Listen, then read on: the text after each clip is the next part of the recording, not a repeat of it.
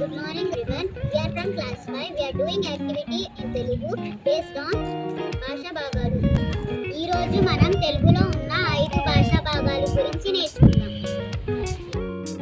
నామవాచకము. నామము అంటే పేరు అని అర్థం. పేర్లను తెలియజేయు పదాలను నామవాచకం అంటారు. ఇది మనుషులు, జంతువులు పేర్లను తెలియజేస్తుంది. ఉదాహరణకు రవి, నగరం, బుక్కు, పెన్ను మొదలైనవి. ఇప్పుడు నామవాచకం మీద మరొక కొన్ని వాక్యాలు నేర్చుకుందాం. రవి పుస్తకం చదువుతున్నాను. నేను హైదరాబాద్ వెళ్తున్నాను. రవి ఆడుకుంటున్నాడు. సర్వనామం నామవాచకాలకు బదులుగా అంటే పేర్లకు బదులుగా వాడు బదులను సర్వనామం అని అంటారు. ఉదాహరణ అతడు, ఆమె, వారు, వీరు. ఇప్పుడు సర్వనామం మీద మరో కొన్ని వాక్యాలను నేర్చుకుందాం. అతడు వ్యవసాయం చేస్తున్నాడు.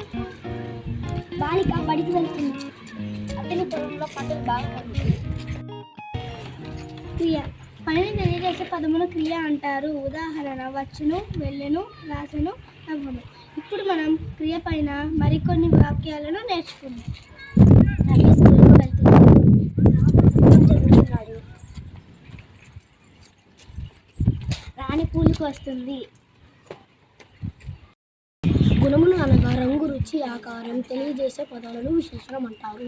ఉదాహరణ తీపి, చేదు, తెలుపు, నలుపు, మంచి, చెడు. ఇప్పుడు విశేషణం మీద మరికొన్ని వాక్యాలను నేర్చుకుందాం. కాకరకాయ చేదుగా ఉంటుంది.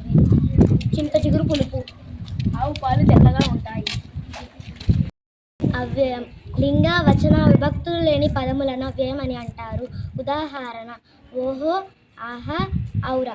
ఇప్పుడు మనం అవ్యయం గురించి మరికొన్ని వాక్యాలను చెప్పుకుందాం. అయ్యో దెబ్బ తగిలిందా, ఓహో అలా జరిగిందా, ఆహా ఎంత రుచిగా ఉంది.